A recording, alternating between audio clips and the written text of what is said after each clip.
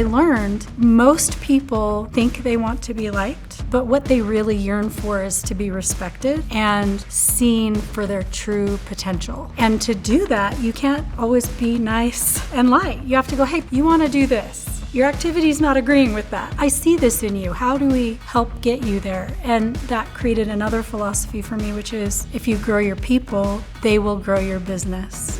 I think it's taking the perspective that you're not winning or losing, but you're winning or learning. But it really comes back to that.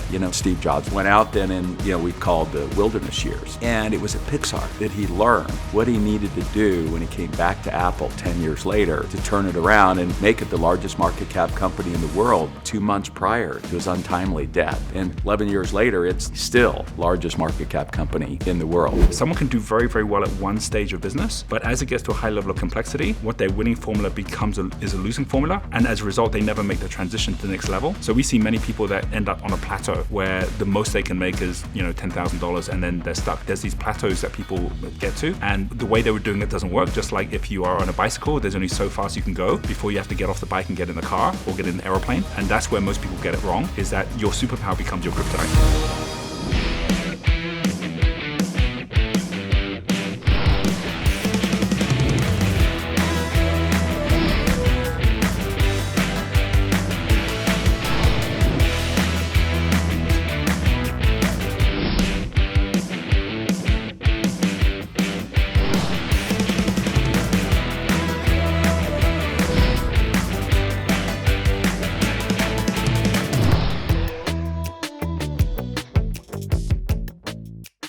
Hello and welcome to episode 3 of Entrepreneurial Brain. I'm your host, Patrick Gentempo, and we're now starting to build momentum as we turn that first curve, the first third of this series.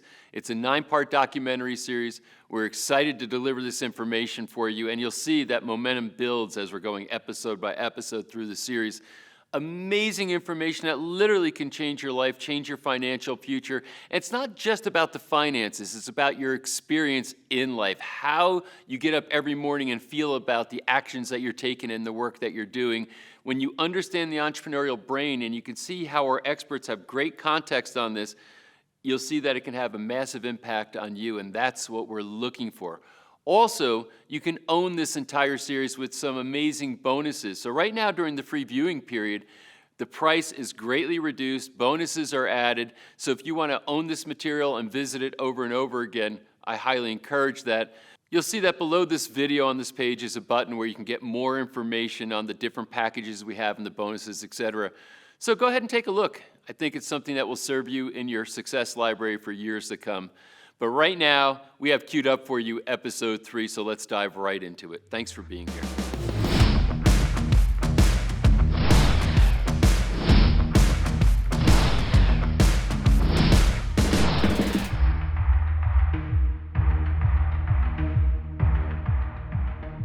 Kat, thanks for taking the time here. Oh, you're so welcome. I'm not sure what's going to happen, but it'll be fun. Well, that's what makes it fun, right? Yeah. If I don't know what's going to happen, you don't know what's going to happen, it means they don't know what's going to happen. Keeps it interesting. Stay tuned. Kind of like your life, isn't it? Yeah, right, exactly. So let's get into that. Okay.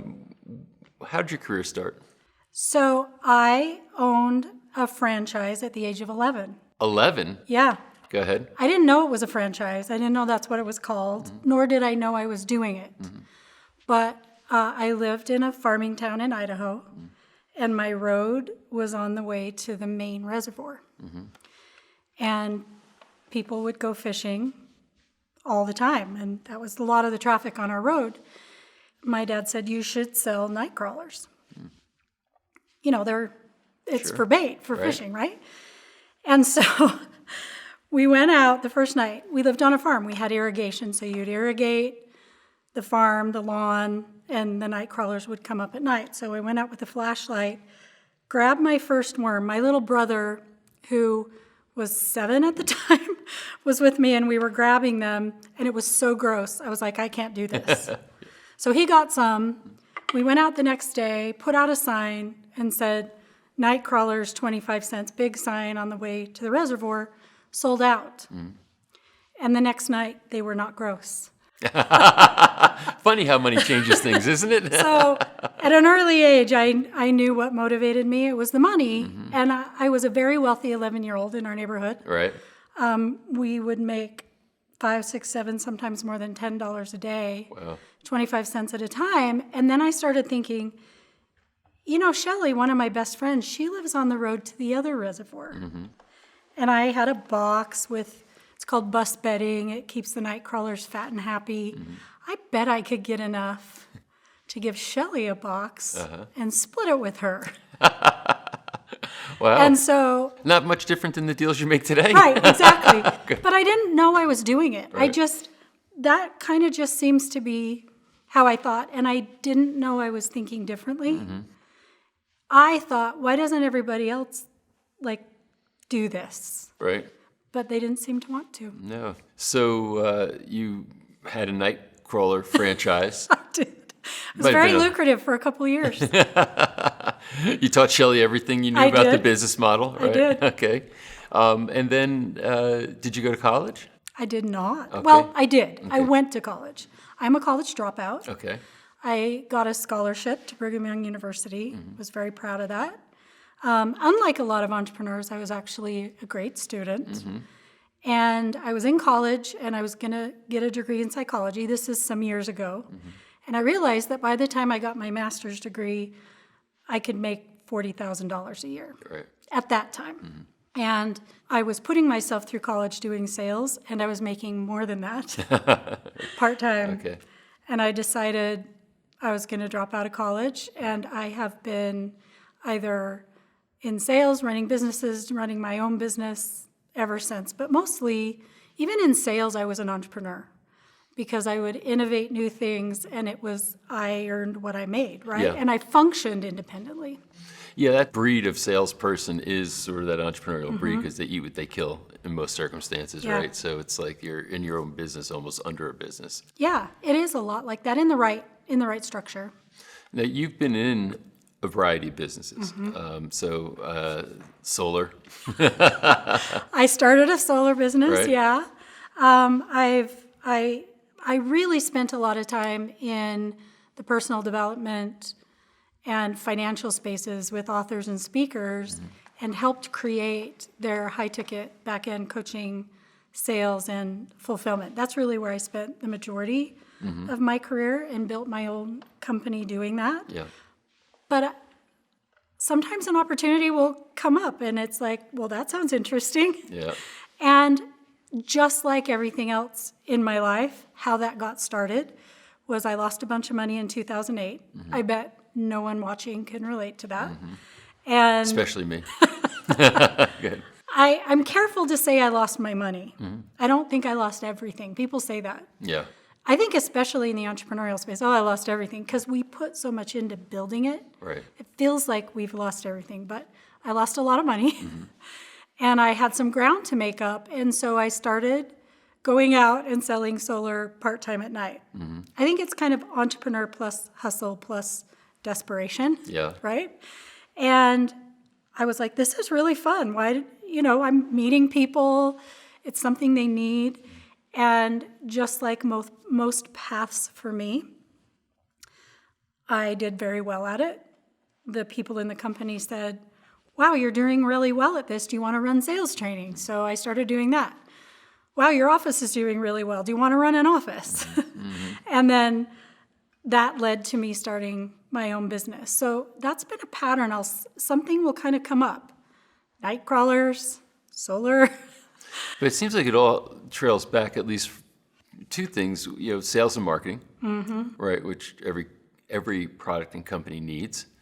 And team building, I think, is a big part of your thing. I mean, how big of some of I know you've built some sales organizations. Yeah. How large a scale have you built? So I've run an organization of several hundred, almost 1,000 salespeople, sales, coaching, fulfillment. My own business was 350. Wow. And these were the days when you had them all together. And you recruited them all? I did. Wow. So, and that's, a unique skill set. And bringing people together and salespeople are kind of weird people. So trying Yes. to source them is not easy because it's source them, train them, maintain them, keep them motivated. I mean, there's a lot going on there. What is it about you that makes you good at that? So it's a secret that's very obvious, but it is, I think, one of the single biggest shortfalls of most entrepreneurs. Go ahead. They get really attached to their creators, right? They're what I call makers. And you get really attached to what you make. Creation is divine. So the things you create they have a divinity to them. And they also get attached to the people that make it with them. So my secret is I am really able to fire fast. And if it's not a fit fast, it's not a fit. And I've never let someone go that I regretted. Really? And that was really from running large sales teams. It built that into me in an easy way because it's a very performance-driven environment. There's not a lot of room for, well, but they, right? Which I think you can do in other positions. But it created a philosophy in me that I got up front, close, personal, every day, every month, hundreds in, hundreds out. You know, when you're running that big, that I learned some really important principles. Number one is you start tough and then you ease up.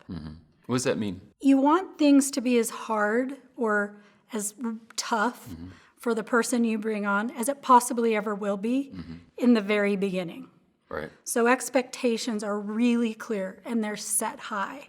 And then if you want to ease up from that, you can. What I've seen in the world, most start the opposite. Let's be friends. Let's get to know each other. We want the person to see our dream, so we sell them on it. Right. And then things kind of go off the rails, and then you got to tighten it up. That's always tougher than going, look, here's my expectations. We expect a lot. I want you to grow. I'm not going to let you be in a comfort zone. You're going to be responsible for what you contribute. My responsibility is to help you reach your goals. Are you okay with that? Right. And this is what that looks like. Right. And I had a recruiting process where I would lay out my rules of the business and of sales. And what I noticed is the people would either go, yeah, you know, you're responsible for you go, kind of the environment for a top performer. Or they'd be like, you know, like couldn't get out of there fast enough. Right. And that was, once I got there, that made a huge difference. And I learned that most people think they want to be liked, but what they really yearn for is to be respected and seen for their true potential. And to do that, you can't always be nice and light. You have to go, hey, Patrick, you want to do this. Your activity's not agreeing with that, right? But I see this in you. How do we help get you there? And that created another philosophy for me, which is if you grow your people, they will grow your business. And in any business where you have people, I think that is paramount. I watch entrepreneurs run their people like they would run a manufacturing facility, right? Like cost of goods, supplies in, you're responsible for this output, I need this output from you. And forget that people are different than things, and they really do need to be stretched to grow, at least the best ones. So what are some of your practices to do that? That's a really good question. I am very fortunate in that I have, and it might be from exposure, I just have an intuitive nature, and I've learned to scan and watch, like, this guy, he does best when I just leave him alone. This lady, she really likes praise, and she really does well when she's acknowledged. And this person, you know, like I wrote them a Post-it note a year ago, and they still have it on their on their thing. So I started watching, but now there's all kinds of tools that, you know, we didn't have back in the day. Right. Because of the online world. You know, I was paper and pencil back then. If you took an assessment, you had to fill in the little holes and mail it in somewhere, right? It was very cumbersome. But now there are all kinds of assessments that can tell you, like, this is how this person thinks. This is how they like to be acknowledged. This is what motivates them. And I think whether it's intuitive or you use a tool, our job, and I'm going to say as an entrepreneur, whether you like it or not, you're a leader. You have to get people to buy into your vision. You have to get people to buy into helping your business succeed, right? And as that leader, if you can use those tools to understand how each person is thinking and then lead them. You triggered something for me with that question, which is something I always did differently. In sales organizations I was in, the company goal was dictated, from on high. Right. Our goal this year is 100 million. That means your quota is 10 million or 1 million or whatever, right? And I always thought, well, what if that's not my goal? What if my quota, what if I want it to be 2 million or 20 million but again, it was done like math. Right. And so because I started there, I had a little different viewpoint, and I would say, Patrick, why are you here? And what do you want to accomplish? And if you were setting a quota based on your income goals, what would it be, right? And then I would add those together, and that would become the company goals. So there was ownership from everyone, and they knew their part in it. It wasn't dictated. Right. And then it made my job easier because all I did was hold them accountable to what they said. Right. Right? It wasn't like, I told you you had to do this quota and you're off track. If I'm helping you stay on track for what you want, it's just so much more powerful. Now we're in collaboration. And so years and years and years sales, but now I've found, in tech, I have tech that reports to me. You're going to have tech, copy, biz dev, affiliate management, email list management, design, finance, and they actually, believe it or not, work the same.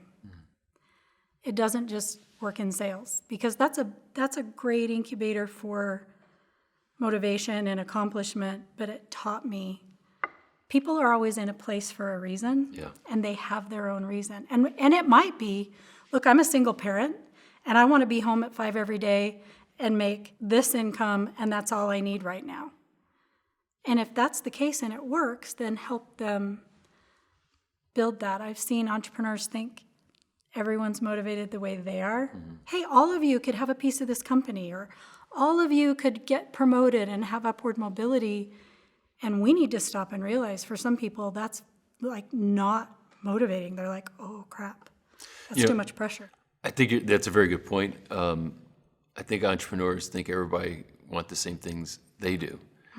And I can remember some moments when I had that realization some years ago with employees in a company I was running, and a friend of mine who was a mentor, coach mentor, and he asked why I was doing a certain thing with a certain person. I said, well, because I think they want to grow and they expand, and he's like, well, why do you think that? I'm like, doesn't everybody? And he's like, no. Isn't that something? Yeah, I just assumed what motivates me motivates everybody else, and I was mistaken. It's shocking to learn. It really is. It really is, because to your point, it's some people have other reasons for what they want in their life, and the entrepreneur, we wake up every day with our visions or goals in mind, and it's usually just drive as compared to being home at 5 sounds like a good idea. And it's something that hasn't changed, let's say, with the years in technology. I mean, you've been at this for a while. You talked about 2008. What has changed in the realm of entrepreneurship, and maybe even especially in sales and marketing? I mean, are there any fundamental rules that still apply, or is it like technology has changed the entire game? So I think technology has changed who or what does a task, but I don't think it's changed the fundamental game. Okay. Because human nature is human nature, and rules are rules. What I personally think is back in the day, like back in the 90s, right? I worked with authors and speakers, and if you wanted to get input from outside, you had to have a tape player in your car, and you had to spend a lot of money on a course. Right. and you might have 2 or 3, right? And you were being fed really specific, isolated information. Or you'd go to an event and there were like 7 speakers. Now I can listen to the point of view of 100 people in a day. And so I think it's gotten a little more confusing, and I think we hear bits from so many different sources. It's not like consistent ideas, consistent strategies, consistent ways of doing things. And I think it's a little harder to find your niche and not be pulled off of what you think is right for you because of a really compelling, opinionated leader who's doing it this way. Right? And then a half an hour later, there's this really opinionated leader who's got great success and they're doing it this way. And so I think it's a little harder to find your place, your footing, and how you're going to implement things. But I think the rules that influence someone to make a decision or influence a way of thinking or invite you to participate, I think those are kind of cellular and they're still the same. It's just, instead of one restaurant on the corner, you have 1,000 restaurants that will deliver food to your house. Kind of like TV now, right? Yeah. You have a few channels to choose from. You're going, that's it. As compared to it's virtually unlimited as far as what you can stream, into your head. So I see a lot of entrepreneurs that I work with being confused about what does align with their core values, their core beliefs, and what they want to accomplish. And I think it's hard to take a minute and go, is this going to be helpful for me? Or is this a detraction? And I think we just need a minute to just go, okay, does that align? Which parts of that fit in, which parts don't? And filter, and maybe limit, who we're listening to a specific group or a specific line of thinking. But in terms of AI, I just think it's how things are getting implemented and how fast, but the same rules. Yeah, because obviously AI is very disruptive. You run, teams of copywriters, as a part of what you do, and AI is coming up with subject lines and copy instantaneously. That's pretty damn good, right? Yes. So talk about that a little bit more. What's it going to look like in a few years, and does it mean copywriters are out of business, or is it? Yeah, it does. Okay, so tell me what you see. So I don't think it means copywriters are out of business. I think it means the bottom 70% are out of business. Okay. That's what I think. Because I'm going to get a little weird here for a minute, but I don't think there's any artificial intelligence replacement for divine knowledge, right? Like, I was talking to a physician the other day. She was asking me to look at her marketing funnel, and she said, here's the thing with AI. Right now they're using AI to diagnose what I used to diagnose. And here's what AI can't do. Every week, without fail, there was at least one case where I would look at them, and the information said, it's a ligament, or it's this. But something would tell me, no, wait a minute, I think something else is going on here. It was this divine, unknown communication between the two intelligences or spirit or whatever you want to call it. And so I think there's some of that we will miss. And you're right, AI is writing some great copy. It's also writing some really crappy copy. And what I've noticed is great copywriters will ask AI for 10 things, and they'll go, ooh, those 3 are great, because they have the experience. I thought, if AI plumbed my house, I would need an experienced plumber to look at it and go, I wouldn't do it that way. I've tried it, and this happened. So I think whatever your expertise is, you have to have that expertise to know if AI is on track or not. Yeah. So I think the really good copywriters will become maybe more like copy chiefs or influence how AI is writing things, but I really do think it's going to sift out the masses from the excellent. Obviously, you can't take humans out of the equation, at least not yet. Not yet. Yeah, but the bottom 7%, like you said, the ones who really know what they're doing or are good copy chiefs would probably survive. You're in some of the top entrepreneurial mastermind rooms, Yeah. that are out there, meeting a lot of really interesting people. And you've been at this for decades at this point, right? What is it like, or do you have a perspective? I'm trying to find the delicate way to ask this question. Being a female entrepreneur. Oh, yeah. Okay. Do you find that there's special considerations, as far as what it means to be a female and be in the arena as compared to a male? And There are some. I think there are some that are based to being a woman in society in general. I really pride myself on not being overly emotional or emotionally reactive, and I actually think a lot of that came from being in business and realizing, oh, those aren't the rules. Right? But I think there's an expectation of women that we will be more understanding or caring or giving or nurturing in certain situations, and I think I probably am. But for the most part, when you really get right down to it, I don't think it doesn't make that big of a difference, or I don't notice. Right. And I really just try to look at who the other people are and really put attention on them. I've always decided that if you're uncomfortable, your attention's on the wrong person. Right. But I think I do some things as a woman without trying to put on masculine energy, right? Which I think a lot of women do. It's like, I've got to behave like a man and have this masculine energy. And that's one of the things I've noticed, that like a lot of them are like, it's a man's world, and I got to show up like a man if I'm going to be treated as a peer. And my experience, if you don't show up that way, you show up as you. And it's. But I was just curious, because you're around very high performing, people. A lot of them are males in these rooms, but they seem to take to you really well. And so just. I'm wondering, if that's just changed recently, or if you always kind of experienced it that way. It's actually changed over time for the better, for me, right?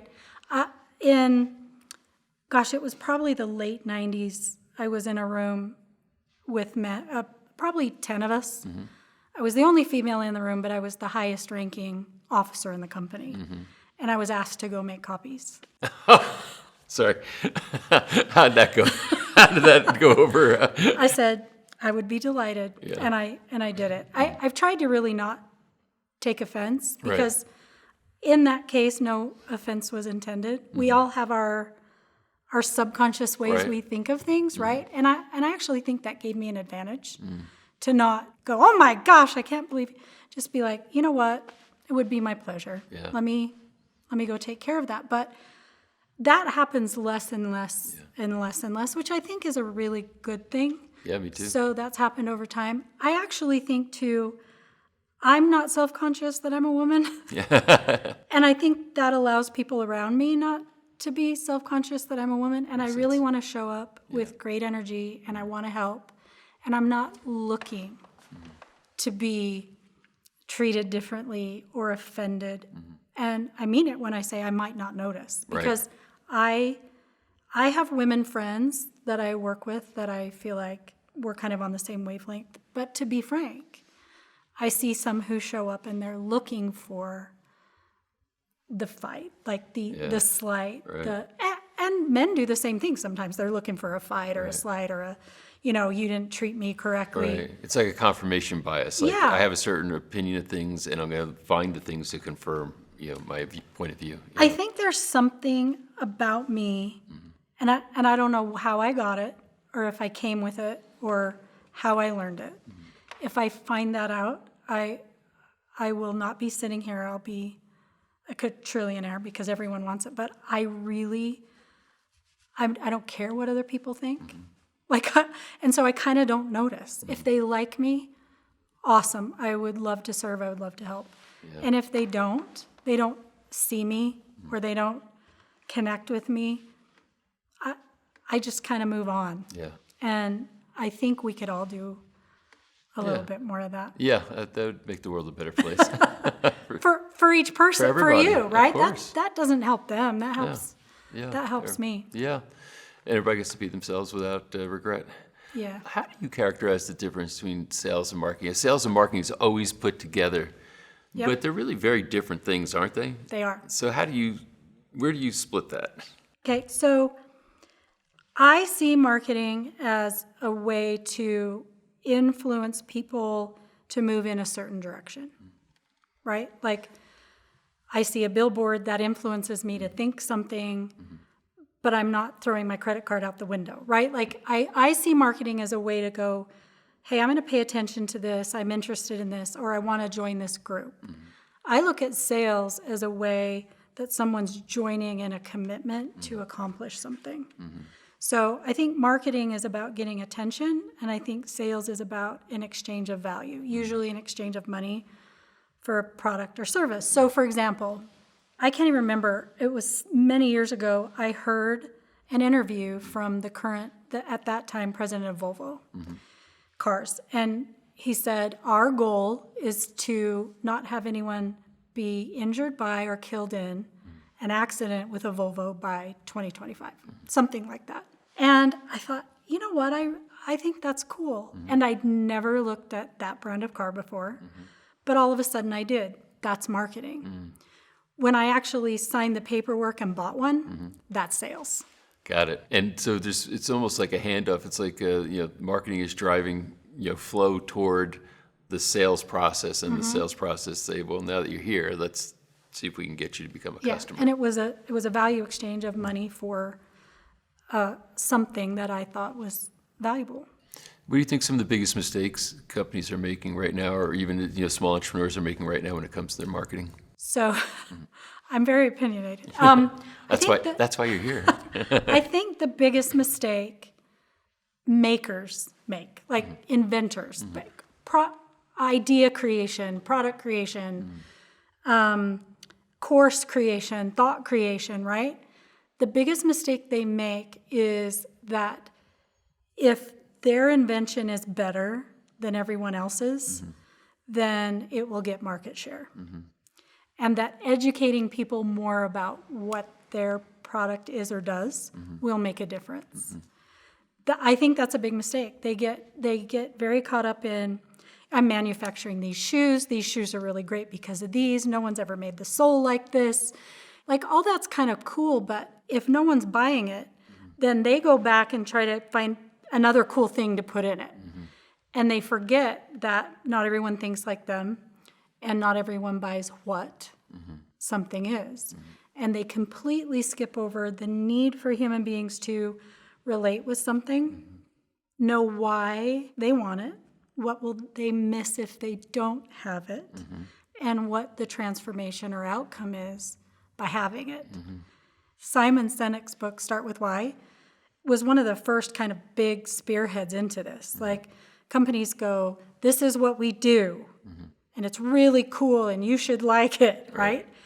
No, you start with why. Like, this mission, I think we're cellularly attracted to this compelling mission, and then what, and then how, right? So I think makers are stuck in that. I came up with this cool invention. It's a cool invention. Let me explain more about it. Right. Yeah, and that's the dilemma of product developers, especially, right? Because they get excited about the product, and the end game is, there it is, but there's a whole marketing that has to happen. And one of the things, maybe it's a lament for many people, but it's just a fact of reality, is that a lot of mediocre products with great marketing still end up surviving, but the entrepreneurial road is littered with great products that never made it. I look at it, when you say marketing and sales is missing, I look at it as the communication to another person in a way that they want to receive it is what is missing. Yeah. Right? So, and you're missing, what's the problem? How are you solving it? And what's the outcome that person is looking for? And those are the basics that haven't changed with technology, basically, right? Nope. You're basically taking those basics and then using technology now to run those laps in essence. Yeah, whether you walk, or it's a horse and buggy, or it's a car, you're still moving from point A to point B. Right. It's just a different vehicle. And that's how I look at it. People are people and basics are basics. Although there was this, I've been around long enough that marketing used to be show up in person. Thousands of people in a room or an arena like to hear from someone that they follow or admire or want to learn from. And then we had this weird twist to nobody showing up in rooms and everything was online and everything was webinars.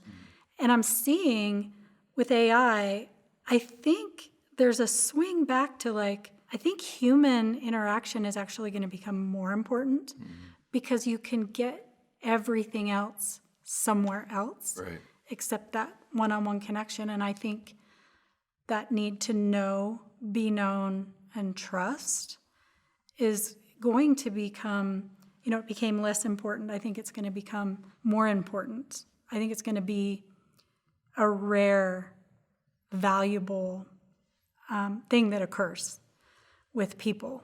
Yeah, it's interesting. I wonder about exactly what you're talking about, saying, is AI going to drive people to want more human contact again, or is it going to, detract from it? And I get a sense that, there is going to be that craving for saying, hey, is there a way for me that I can, interact with another human? And of course, then you do the Turing test, say, well, if it's online, you don't know if it's a human or not. Yeah, right? So I think that person-to-person physical presence is going to be very valued. I don't think it's going to swing to be that's where I want to spend the majority of my time now. I still think the majority of the time and the majority of the processes and learning will probably be more in the AI easy to access world. Although, like I said, we need to be picky and careful. But I think when we can meet human to human, it's going to be far more precious and impactful. Other than the generic, disruption of AI, when you're in these masterminds, these very high-end masterminds, what's the hottest topic right now? I know AI is a part of it. AI is it. Yeah, is there any subset of that? You know what? It's interesting, Patrick, because it hasn't changed since the 90s.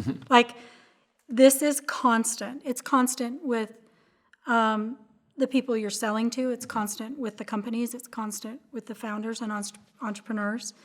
And I've put it in two categories. Every single person I run into is looking for more or less.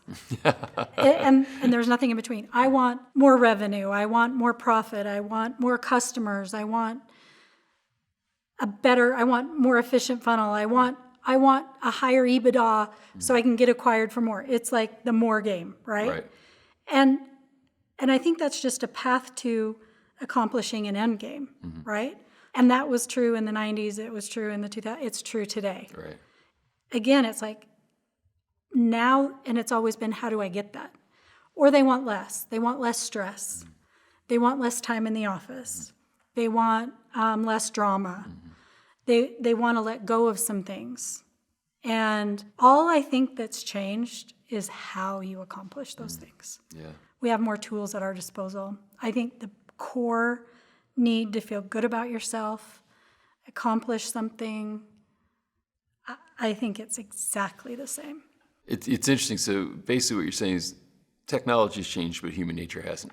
That's what I think. Yeah. So any final thoughts for entrepreneurs now watching this, probably varying levels, saying, okay, I've seen a lot, I've experienced a lot, and here's the thought I'd like to share. Yeah, the one thing I want to share is all human beings, and I don't know why for some reason, but I think especially entrepreneurs have blind spots because we're really good at focusing on our strengths and we're praised for it. We're acknowledged for it. Our smarts or our skill or a product we've created, we're acknowledged, we're praised for that. And I think it makes our blind spots bigger. And, when I used to run big sales teams, I was constantly the therapist, right? I don't know what's going on. I just can't sell this week or what, I can't seem to make more than 100,000. I can't seem to make more than 200,000. Working people through that. And I got the ability to be very direct with people and go, look, you're not seeing this. You say you want this is what you're doing. There's an issue here, and I think it's this, right? And I got labeled the mirror. That's great. Let's go talk to the mirror, right? And I developed this line because, again, I worked in coaching. So I would pay people to coach me and help me be better and see my blind spots. And I would say things to people, Patrick, I think you're not seeing this, and this is where the gap is. How can I help you with that? And he would go, ooh, ouch. Mm-hmm.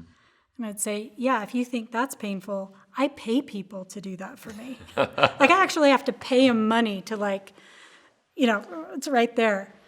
And I think that's crucial. I don't care if it's a mentor, a coach, a trusted, confidant, but we all need, if we want to be better, we want more or less. Mm-hmm. We need someone who's been there before. We need someone who can map the course for us and see our blind spots and help us through them, which is the most painful and rewarding experience of life. Yeah, I'm glad you said that because you were mentoring so many people and so many organizations on a very large scale, but you also went out and got your own mentors, to help you. Yep. Which kind of, I think, implies, and tell me if this is accurate, that it's a fundamental need of personal development and personal growth, is the willingness to look at where your blind spots are and how you can evolve as a human. Because one of the things that caught my ear, and having run companies with sales departments, it's almost uncanny how a sales rep, no matter what the environment is, gets that same number of income. Only every single time. Yeah, it's like, hey, the market's down. Well, that sales rep still finds a way to make it there. Oh, things are soaring. They're still there. And so it just tells you there's some self-image. It's us. It's us. Yeah. And the only way, it seems like to me that you get past that, or you have, what might be referred to as a breakthrough, is by having somebody working with you and your own willingness to want to have that work. Mm-hmm. Or to be in that work to break through. Yep. And I've seen it with entrepreneurs, they've started their third company, they all hit about the same level, then have the same problems. And it's like not learning, not growing, what's going on here? So that's where I think the mentoring comes in. Yeah, I think it's crucial to move from where you are to where you want to be. Yeah. And as hard as it is to be shown your blind spots, because it's painful. Oh, sure. You're playing small. That feels terrible, but only if you want to keep playing small, right? Mm-hmm. Like it's the perfect analogy with sports, right? I can't see where I'm dropping my shoulder or my foot or something like someone outside can, and it's certainly crucial. I still pay. Yeah. Today, I don't think I've ever stopped for people to work with me and coach me and dig in and see where I can elevate to the next level. And it's gotten to the point that not doing that is uncomfortable. So for people who haven't done it, it gets easier, right? It becomes a new normal. Yeah, that's awesome. Okay, I very much appreciate you taking these years of wisdom and sharing it here, so thank you. Thank you. It was really fun.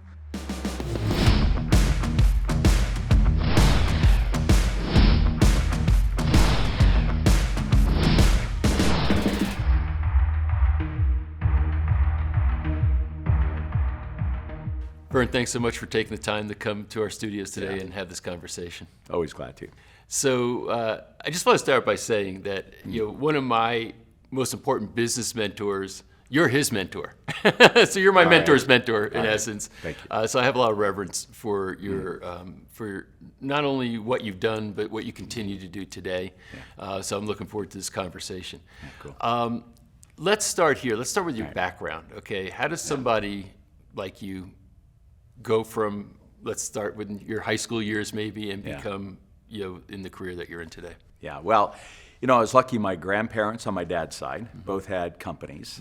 Mm-hmm. My grandfather was one of the first to get in the television business, and my grandmother literally worked her fingers to the bone in the upholstery business. And so I grew up around that, and then my dad was literally a rocket engineer. Oh, wow. He was on the Titan program with Martin Marietta. And three of his buddies, and we talk about how intact teams, when they launch, scale further, faster. Mm-hmm. They launched a rocket ship of a company called Higher Electronics. Mm-hmm. And so I was like 4 or 5 when that launched. And I got to watch Dad on that run. He would take me to the meetings. I remember he'd take me to the bars and sit me on the side and said, son, I just want you to watch kind of the magic that's going on. Mm-hmm. And that scaled until 73 when he lost it all in the 73 recession. Wow. And we literally went from a riches to rags kind of story. And so when we moved from Colorado to Kinsley, Kansas, literally 35 miles this side of Dodge. He and I said, look, we got to make some money. So we got in the appliance repair business. And Marvin Ryan was running the local Sears catalog store. And so that's how I met all my initial girlfriends was, fixed her dishwasher, fixed her washing machine, the whole bit. But I learned how to do business. I even learned about the importance of a PITA charge. What's a PITA charge? Yeah, which is for certain customers, we would add it, and it stood for pain in the ass. Not exactly, probably a positive customer service experience. Right. But so did that, and then but we still didn't have much money. So when I went to college, I actually joined my wholesaler. The wholesaler was supplying us a lot of our HVAC parts and stuff, and helped scale that to about $12 million. I became their number 2. Wow. Just under the YPOer, Jack Simpson. And that was how I kind of got my first 10 years in business. So from there, where'd you go? So I thought I was going nuclear Navy. I really did. I had all these other options. I was a mechanical engineer by training, but I went to Jack and Don, his father, and said, hey, I'm not going to become president of this company. Jack, you are. And they said, well, why don't you go talk to one of our board members, Dr. Fran Javert. And Fran had, Patrick, helped about 75 entrepreneurs launch various companies in Kansas, including Bill Lear at Learjet. Right. And he had been dean of the business school and had just launched this Center for Entrepreneurship. It's in the early 80s. That thing was just becoming hot. And I went to go see him, and he said, here, let me give you another option. Join me and help me build this Center for Entrepreneurship. So here I did a massive pivot from engineering, which is what we were doing at Spear Supply Company, and back to the entrepreneurial world. Right. And part of it was, my dad never recovered, Patrick, from that experience. He became an alcoholic. My sisters even made the brave decision to have him arrested and put in jail because he was drinking and driving, and we were concerned that he might harm somebody, and that really damaged that relationship, and it severed the family. And I'm like, if I can help any entrepreneur, keep any entrepreneur from going through that in their entrepreneurial career and the damage it did to the family, that's worthy. Yeah. So I credit the late Dr. Fran Javert for bringing me back into this fold, and from there launched with him the Association of Collegiate Entrepreneurs in 1983, which then ended up, it's a longer story, a pivot to, in 1987, launching YEO, which today is the Entrepreneurs Organization, our 36th year. Wow. So here's what's interesting, because you've developed a lot of tools for entrepreneurs, how to kind of get themselves organized and put some structure into what they're doing, et cetera. But you also understand the psychology of the entrepreneur, which is, I think, unique in many respects, right? Let's start with, why did you feel like Gazelle's other things that you've created, to really help structure entrepreneurs who can go from an idea, start a business, but then, you could probably tell us a couple of stories about how, the wheels come off or, things go bad for them after a while, and why that is, and how what the tools that you created, how it helped them to actually grow or scale a business. So give us some context for that. Yeah, well, the catalyzing moment around that, Patrick, was in 1986. So I'd had an opportunity to host Steve Jobs' first public speech after being fired from Apple. Wow. He had gone into a massive funk, and I knew some of the key people around him. And a longer story, convinced him to come out of kind of his shell. And in the Bonaventure Hotel in LA, had gathered about almost 1,200 young and collegiate entrepreneurs from all over the world to come out, and particularly here, Steve. And I had him sitting at the head table, sitting next to the young Michael Dell. Wow. Mark Cuban was there, Kevin Harrington, Bill and Julie Bryce with I Can't Believe It's Yogurt, Neil Balter with California Closets. And man, you could hear a pin drop as he told the story of launching his baby and scaling it and then having it ripped from his arms and what that experience was like. And so I thought he was just going to leave, but he stayed. I threw a little event for what we call the ACE 100, the young entrepreneurs under the age of 30. But he came. But he stood, Patrick, alone in the corner. And I remember turning to my partner in crime, Greg Stanley, went on to be this great treasure hunter. And and at that moment, my mentor, Joe Mancuso's line came to me. It's okay to be independent, which is really part of the entrepreneurial mind, right, is to be independent. We seek that more than power. Politicians seek power, if you look at the real measures Harvard put in place to measure this. But we seek independence. But it's okay to be independent, but no reason to be alone. Because that's the other thing. We have a tendency to be loners. Yeah. Unemployable, if you would. And so we seek out to do this on our own. And that was the night the idea for YEO was birthed. And it took me a year to get everything put in place. But that, I think, What is part happened of the with key. Jobs? So did he just stay in the corner? Or did anybody go talk to him? No, so Joanne Marlowe from Chicago, I remember, walks over to him, asks him to come out on the dance floor. He's actually a good dancer. Is he? Yeah, for sure. And then he left. Yeah. But that was the catalyzing moment when I saw that. The other thing, by the way, I saw, and I was talking last night to Jeff about it, is I've only seen 5 times in all of these 41 years of working with entrepreneurs, the stare. It is this focused stare that is so unique to those that really build something great. And it's indescribable. I remember when I first Was met Mark Zuckerberg. Steve Jobs one of the 5 of those? Steve. Okay. So that was the thing I noticed most, is Steve has that look that is just, I get goosebumps thinking about it. Wow. It just burns through you. Michael Dell Okay. has it. Mark Zuckerberg has it. I've never met Bill Gates, so I don't know, but I can only imagine.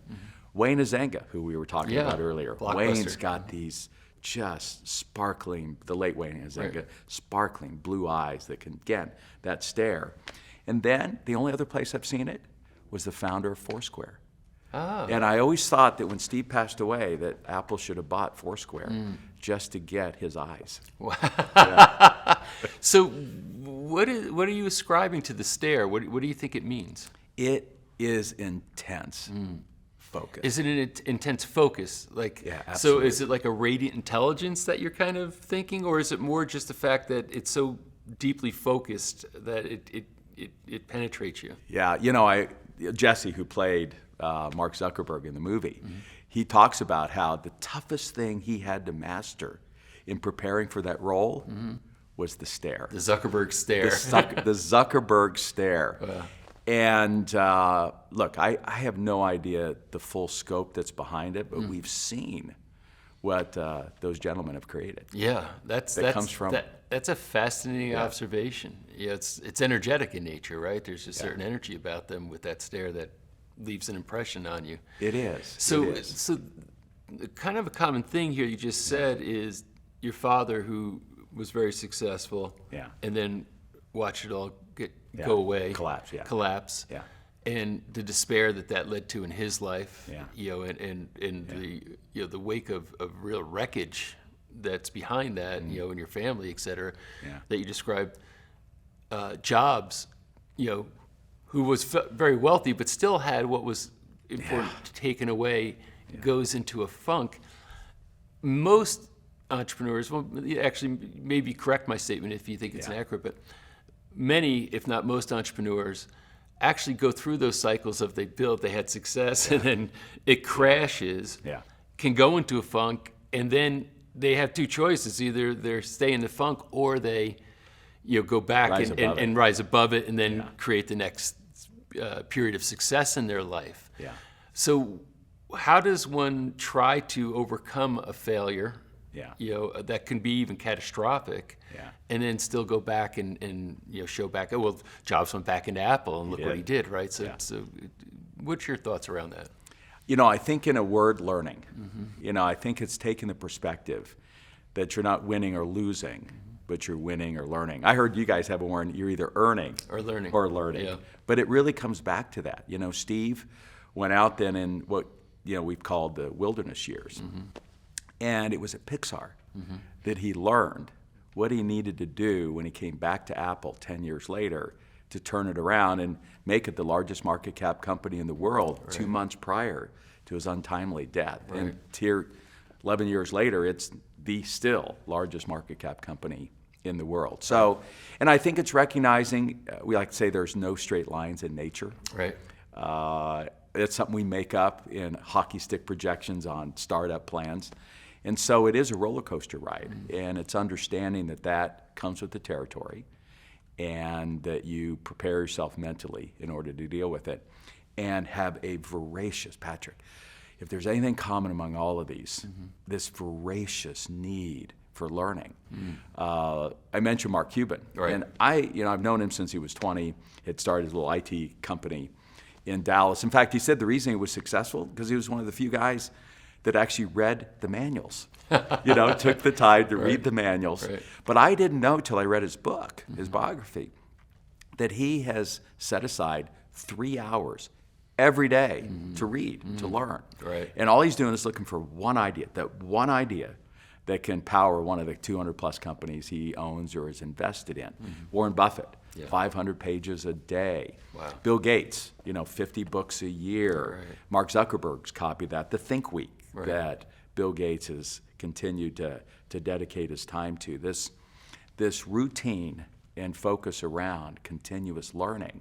And we've seen what's going on at Microsoft now, that they've moved from a know-it-all culture to a learn-it-all culture. So that's what I saw, was the entrepreneurs that were the thirstiest to learn were the ones that were most able to navigate the not straight line. Yeah, and that thirst maintains even after great success. Well, that's the challenge. If I had a nickel for all of the entrepreneurs then that lost a considerable amount of their wealth after the first one, I'd have my billion kind of thing. And that's one of the things we were talking about as we were getting ready to start this interview is what did we learn there? But the real genesis came down to there was all of this training around how to do a startup. Right. Today we have an incubator, I swear, on every corner. Right. And I have an MBA that's supposed to teach you how to run a big company. Right. But there wasn't this parenting manual for how you actually grow up a business. And so when I launched that executive program for EO at MIT in partnership with Inc. magazine, that was the goal over those 10 years to say, all right, can we actually see what it is that would be most helpful for entrepreneurs that truly want to scale and navigate the unstraight lines. And that's then what resulted in my first book, Mastering the Rockefeller Habits. And What are the Rockefeller habits? well, the simplest, there's 3 fundamental disciplines that Ivy Lee taught Charles Schwab and John D. Rockefeller and all of those great titans. And that is first, you got 1,000 things to do, but you've got to be clear every morning, what's this? Yeah. What's the theme for today? If I get nothing else done, this is the most important. Right. What's going to be the sprint for the week, what they call that in Silicon Valley? What's the theme for the quarter? And what's this I've got to get done over the next 12 months? Number 2, though, for you to really make that decision based on data. And not just quantitative data, but all of these entrepreneurs that have been most successful are absolutely immersed in the marketplace. We just saw Brian Chesky, the CEO of Airbnb, come off of spending 6 months living in Airbnbs in order to really figure out what was this. And he found it. What was the one thing? My buddy Dave Risher, who helped scale up Amazon with Jeff Bezos, is the new CEO of Lyft. And the first thing he did 3 days in is he said, hey, I finally got past my tests and qualifications and has been driving Lyft cars, talking to customers, talking to the drivers, and he found it. He's found the one thing. And that's what we've got to do is figure out this. Right. I remember when Michael Dell, this is very public, he had started with $1,000 in his dorm room. 2 years earlier, Compaq had started with $100 million VC investment. So let's speed forward, and somehow or another, Compaq is matching Michael's prices. And Michael's doing this on 19% gross margin when Compaq's SG&A was 21%. So he couldn't figure out what it was. until they went out and gathered the intel and found out, servers. Compaq was in the server business as well at like a 55% gross margin, and they were subsidizing their laptops and PCs. And so Michael found it. With that data, he was able to say, I know the number one thing we have to do this year that Tom Meredith taught him how to do, and that was we got to get in the server business. So while they're doing everything else, his focus, his fanatical focus was whatever else, we've got to be a player in the server business in 12 months. 12 months later, became this for 12 months. It was. Yeah. 12 months later, and by the way, the numbers reported out every day. He would send a message out to the company every week. They're looking at it on a quarterly basis, and in 1 year, they were third in the world in servers. Wow. They drained Compaq's profit pools, and a year after that, Compaq was a logo on a piece of HP equipment. Wow. So it's having the data then to be clear what this is. And then it does you no good to have that data if you don't get in a room and talk about it. And so there's priorities, data, and meeting rhythm are really the three fundamentals that Steve Jobs implemented when he turned around Apple. We saw the first thing that Nate and Brian and the team at Airbnb did when they lost that $1 billion when COVID hit. And it's the thing that John D. Rockefeller discovered was key as he became, not that money matters, but the wealthiest person ever in the history of this planet. And so we gave it the title Rockefeller Habits. You know, what's interesting is that most people would think, because you talk about, you got to get into a room and talk about the data. Yeah. But the first thing some of these people did was to get granular into their business to be able to really have a context, then come to the boardroom with the executives, I guess, and have the conversation. Yeah. Is that, how necessary is that? It's critical. Sam Walton would spend 4 of every 5 days, initially in his pickup truck, later in his airplane, just talking to customers, talking to employees, and shopping competitors. At our EO's GLC Global Leadership Conference, John Ruland interviewed Sarah Blakely, with Spanx. Right. Sarah exited for over $1 billion. And he asked her, Sarah, how did you figure it out? And she goes, well, because I didn't spend any time in the office. I spent it in the store. And she just put on a name tag, Sarah. Right. And she said, the customer's not going to tell you directly, but you're going to pick up hints and clues. Yeah. And it's not going to happen sitting in your office at headquarters.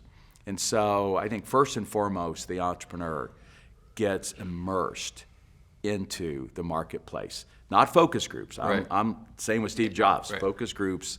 My favorite story there is they had a focus group for the iPod, and they were trying to discuss, among other things, or figure out what color should we make the iPod. And literally the decision was yellow. Then they asked everyone, hey, as you leave, just as a thank you for coming in and participating, pick up an iPod. And everybody picked up a white one. They're smart enough to have that's interesting. I'll tell you one other story that because these seem like retail. But what about us business to business guys? So must have been 30 years ago, Patrick. I was called in by a guy named Ken Delasky, and he had launched a company called Deltec. And he was clear, riches are in the niches. That's part of, I think, the entrepreneurial mindset, is that ultimately you've got to go after a niche. You start general, but then you got to figure out that's the market that I really want to dominate. And so he wanted to go after accounting for government contractors. So there was a lot of accounting software in general, but for those that are government contractors, it's quite unique. And so at the time, he had about 70 employees, and he calls me in. And I saw two things that I knew he would be the dominant player in that industry, which Deltec became. And that was in his customer service area, his customer support area. I had 5 people answering customers' calls about the software. There was this dude sitting there, not answering any calls, and didn't look like maybe he could. I'm like, who's this guy? Oh, he's one of our programmers. I said, tell me more. He said, everyone that's programming the software has to work a half a day in this cubicle. Wow. So they're overhearing what are all the questions and concerns that customers are having with our software. And if one of the technical support people says, hey, I don't have a clue, but I got one of the guys who actually wrote the software sitting right here. Right. I knew then that the data the real raw inputs were getting into the minds of those making the product instantly. Yeah. And then I saw a second thing. There was this cubicle sitting over there that was empty.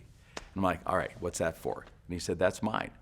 And he said, a day a week, I sit there and do my work. I'm not answering phones, but I'm sitting there so I can overhear what's going on with our customers. Wow. And I knew because he had those two routines in place that they would win the market, and they did. Wow. So we were talking, as you were saying earlier before we started the interview, about staying in your lane. Yes. And you had a couple of actual, call them case studies or stories of people and what happened. Yeah. Let's start with the first one, the founder of Pizza Hut.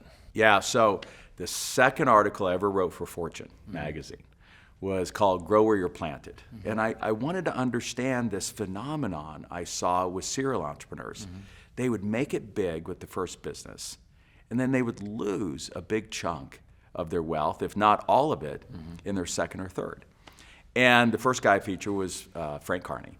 Frank was the co-founder of Pizza Hut. And after selling to Pepsi, I mean, they did well as two young guys out of Wichita State University, Wichita, Kansas. And he then thought, well, maybe since I've got the magic, and that's part of the entrepreneurial mindset. Yeah. We've got the magic. I figured this out. He thought, well, maybe I can do it in fast casual Mexican and fast casual Chinese. And across both of those ventures, he ended up essentially losing everything. Wow. And I'm like, how does that happen? Why did it happen? I saw the same thing with Neil Bolter. Neil had scaled up California Closets, exited at age 29 for $11 million to Williams-Sonoma. And then he thought, hey, I've got the magic. So he partnered with Kevin Harrington, and they did this infomercial on this flexible dog leash, which, by the way, today is popular, but that lost a big chunk of his net worth. Then they decided with some other friends up in Vancouver, they were going to try the first French fry vending machine, right? And almost burned down the University of British Columbia, all right? So having lost a big chunk of his wealth, he decided, all right, maybe I need to stick to my knitting. And he went back in the closet. We like the kid, he went back in the closet. And he ended up scaling his next closet business to the same revenue as California Closets, but with 100th the employees. Wow. He had like 1,200 across the system when he sold. He built the other one with 12 employees. Wow. And then exited it. And so I saw, and then to finish the Frank Carney story, so Frank then gets a phone call from one of his board members that he had been on the board with at Pepsi saying, you got to check out Papa John's Pizza. And at this point, because you painted the picture, he's living in North or South Carolina? He's in North Carolina, 3-bedroom home. I'm not to make fun of that. Warren Buffett's still living in his 3-bedroom home, but he had lost essentially all of his wealth, a huge fortune. And they said, hey, Frank, you really ought to check out Papa John's. And the rest is history. Frank became the second largest franchise owner in Papa John history at the time. And I remember they used to feature him on commercials. Hey, we got the co-founder of Pizza Hut here as one of our franchisees. Right. And the third person I interviewed, though, for the article was the late Wayne Huizenga. Because I'm like, but wait a second. Wayne, you're really blowing my theory here that you've got to stick to your knitting. You've launched 3 multi-billion-dollar plus public companies in 3 different industries. No one had ever done that to that point. No one's ever done it since until Elon Musk, public companies. We were talking about Sam Wiley and a few others. But I wanted to understand what was the key, because that was critical for the entrepreneur to understand. And ultimately what it did is come down to a set of rules, a set of guardrails. And for Frank, it was very narrow, Patrick. He obsessed about and cared about the taste of pizza. So he never could have done Domino's. That's not their thing. Let's just feed college kids' faces fast. But Papa John's cared about that. And they had a lot of the same attributes of what he had built into Pizza Hut. And so That was his narrow lane. Right. To even try to do it in Chinese or Mexican, and we later figured out why.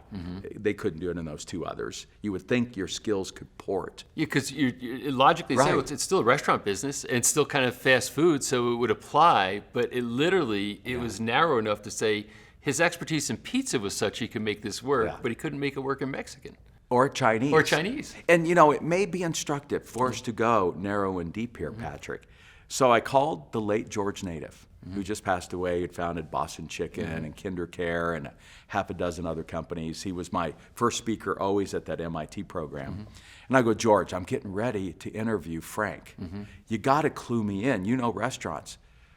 Why do you think Frank's skills, his entrepreneurial mind, couldn't port to something that adjacent? And he goes, because they're radically different business models. And there's the key. Your real expertise is around a particular business model. He said the issue with pizza is there's no food costs. You can spend 90% of what you bring in on sales and marketing. That's why the only commercials you really see are pizza commercials. And so Frank's talent was all around that marketing of pizza, and he had the margin to spend. Right. So the challenge with Mexican is it has the highest food cost. Oh, I didn't know that. Particularly because of the peppers. Right. I mean, if you really dig down into it. And as a result, it's a radically different business model. You can't spend massively on marketing because you don't have the margins. Right. And I said, all right, but what about Chinese food? He goes, there, the issue is labor. You are competing with every local Chinese family who's got every member of the family, including their 4-year-old, going around filling up, the water glasses. Right. And you can't compete. Right. And so I'm like, wow, George, this is an important insight for particularly successful entrepreneurs to understand what is their magic. Right. And so for Neil, he said, I didn't appreciate the 25 years it took to build the relationships, to have those connections, and have the instincts that only come from experience and making a lot of bad decisions. Right. And so I'm like, Wayne, all right, you defy the odds. And he goes, no, Vern, I don't. He said, I've learned in all the businesses I failed in and the few I've succeeded that there are 4 rules. That if I follow those, if I go into a business that can benefit from these 4 and we can execute on all 4, we did extremely well. Okay. Blockbuster, then after Waste Management, later AutoNation. He said if I picked a business that didn't fit within those guardrails or I couldn't execute on all 4, he said, I lost a fortune. And I'm like, all right, that's what we mean by sticking to the knitting. What have you discovered are your guardrails that you need to stay within, which is very hard because the entrepreneur wants to do it all for everybody. And that's part of what Steve Jobs learned as well. So what were the 4 that Wayne came up with? Here are the genres of it. First, it needed to be, he wanted to be in a recurring revenue business. So Waste Management, he turned Blockbuster into that through membership. And the thing he fixed with AutoNation is, how do we actually get repeat business from customers? Every auto dealer up to that point had to have 80% new customers every year, which is what destroyed the profitability of that business model. Number 2, it had to be typified by he literally used this term, crappy customer service. And so it was terrible in waste collection. It was terrible in trying to rent a video. You couldn't get the hit in stock, which became his brand. And the same with just the experience of buying a car. It was just shitty. Yeah. And so those were a couple of the ones. There were a couple more that were quite technical, but that's the flavor of it. So basically, knowing that these 4 things have to be applicable to whatever business I'm going in. That's right. And then it becomes transportable because, analysis is so critical to understand why did I succeed, right? I mean, just an example, when I was in practice, I developed diagnostic technologies. I got patents. I ended up selling my practice and going into business full time, and that was starting to grow. So I had to go find space. So I went and I bought a building. This is way back in the late '80s. $215,000, rehabbed it, and again, I didn't really know what I was doing, but I thought I did. And I had one floor of it, and then I rented the bottom to a podiatrist and MRI center, and I was literally rent-free there, cash flow positive while I'm growing the business. Yeah. 2.5 or so years later, I outgrow the building. I sell it, and I sell it for, so I live there rent-free, and I sell it for $750,000. Yeah. And I'm like, I'm a real estate genius. Look at me. Yeah, I mean, look at what I just did. This is like, and so I went on with that belief, and it was catastrophic, my next real estate deals, because I didn't realize I was lucky. I didn't really do the analysis to understand why that worked. I just thought I made good decisions and I can do it again. Yeah. And it ended up costing me a whole lot of money. Yeah. And so it's I guess the difference between a Wayne Hunziker and these other people is that he really analyzed what created his success, which probably he figured out a lot of times from his failures. Is that accurate? It is. Yeah, it's through trial and error. It's the roller coaster ride that you are on that you finally discover, to thine own self be true. But you got to figure out what is that truth. Yeah. And once you do, now you've got the guardrails that you can put up and stay within. Yeah. And be careful if you decide to veer.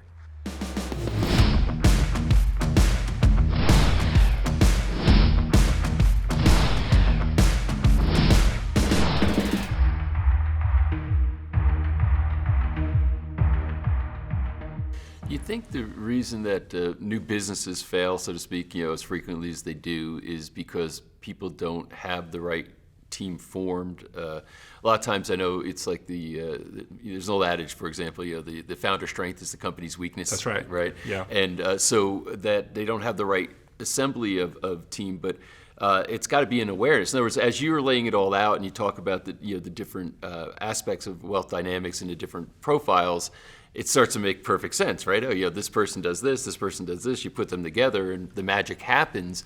Do you think the reason that many times businesses fail is that they just don't have the right complement of people involved? 100%. Like if you think of any sport, right? If you watch a sport, whether it's football, right? Whether it is basketball, like any sport has got to have a balanced team in all areas, because you might have a really strong offense, but if your defense is weak, you're still going to lose the game.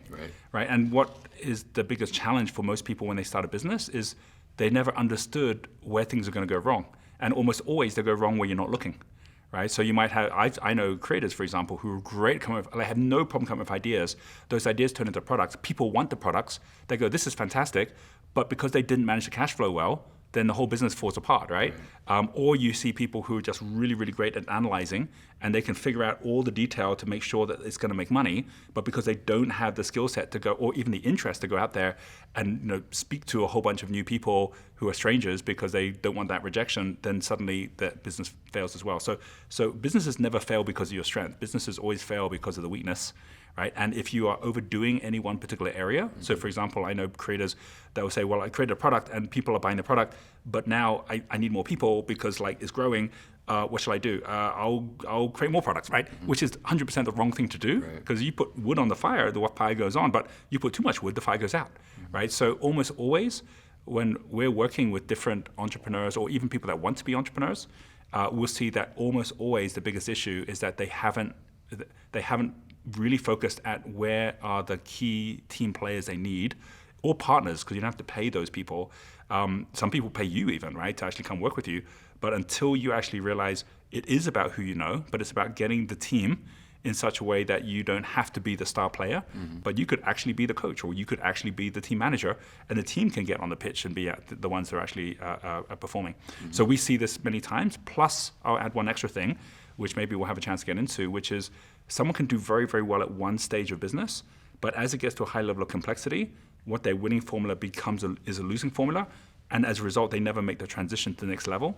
So we see many people that end up on a plateau where the most they can make is $10,000, and then they're stuck. $100,000, $1 million, right? There's these plateaus that people get to, and the way they were doing it doesn't work. Just like if you are on a bicycle, there's only so fast you can go before you have to get off the bike and get in the car or get in the aeroplane. And that's where most people get it wrong. is that their success ends up becoming their kryptonite, right? Your superpower becomes your kryptonite.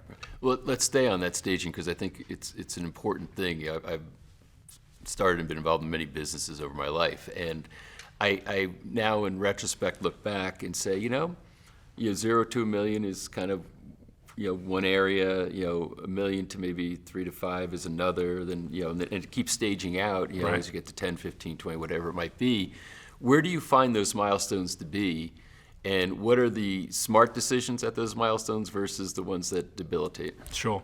Well, what's really interesting about this is that our business is always a reflection of ourselves, and we all have different levels of consciousness.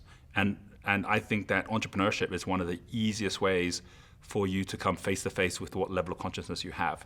So while I've been talking so far about a square which actually gives everyone a chance to see what their natural talents are, this square really, and again as an architect, this is the way I think about things, in 3D, it's really basically just a floor plan for like multiple levels in what we call the Wealth Lighthouse, right? So basically this is the subject of my New York Times bestselling book, The Millionaire Master Plan, where we actually go through the fact that there are 9 different levels that many people only get to the second, third level in life.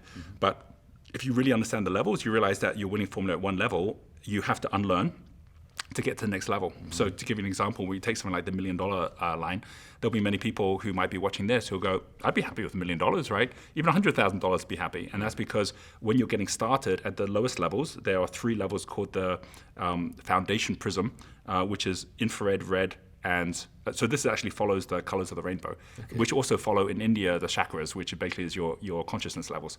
So if you actually have infrared, which is below red, and then you have red, and then you have orange, this is what we learn at school, right? Infrared is basically, this is all about your personal flow. If you can't figure out a way to take $1 and make more than $1 out of it, you're not ready to start a business yet. Right. Because if you can't do that for yourself, guess what? In the business is going to get even worse, right? So this is about how do you actually see your own personal flow first to make sure you're in positive cash flow. Right? Infrared is when you're going negative every month, so you're going to be more and more in debt. Unfortunately, that's more than half of the population of the Western countries right now because we live in a debt culture. But if you can figure out a way to actually manage your money enough that you can lift up to the next level, which is red, which is basically just having enough money to have nothing, right? Then at least you're treading water and you're saying, look, $1 in means $1 out. I've seen people who have been trying to build businesses or even trying to build their salary.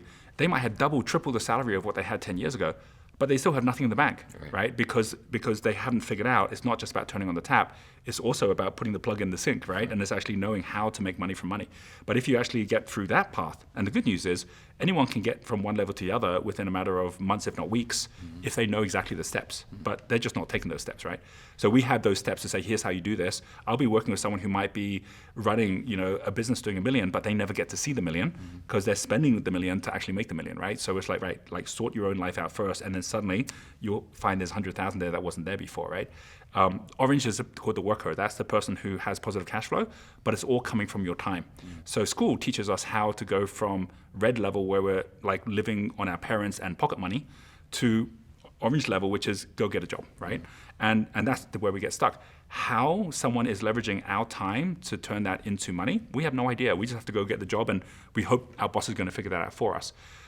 So you can never really get to $1 million on a job unless you've been there for long enough, or you've got a profession like a lawyer or something that you can make that kind of money. It's going to take many years. But there's lots of kids that are making millions, and it's because they moved to the next 3 above that. And the next 3 above that is called the enterprise prism, is how you turn not your time, but value coming from products or coming from your community into money. And you're doing it in one of 3 ways. You're either doing it at yellow level, which is the same. Yellow level is willpower. Yellow level is where you say, okay, I will make something happen. I will have a to-do list. So a lot of people can get to $1 million by having a to-do list of things that they have to do where they're the most important person. So yellow level is called the player. The player's on the pitch. They're playing. It's like playing the guitar. Everyone comes to listen to you because you know what you're up to, what you're doing. A lot of Instagrammers, YouTubers, influencers, they're yellow level, right? If they stop playing, then the music stops, right? So yes, you can get up to that level, but then you're like, how do I scale this? I can't scale it because I'm the one doing everything. And it's one person doing all things. To shift the next level up, green level, which is where you can get from $1 million to 10 million, right? So next level up, it needs to be the team that's doing it, right? And if the team's relying on you to do it, you can't get the next level up. So green level, by the way, is heart chakra.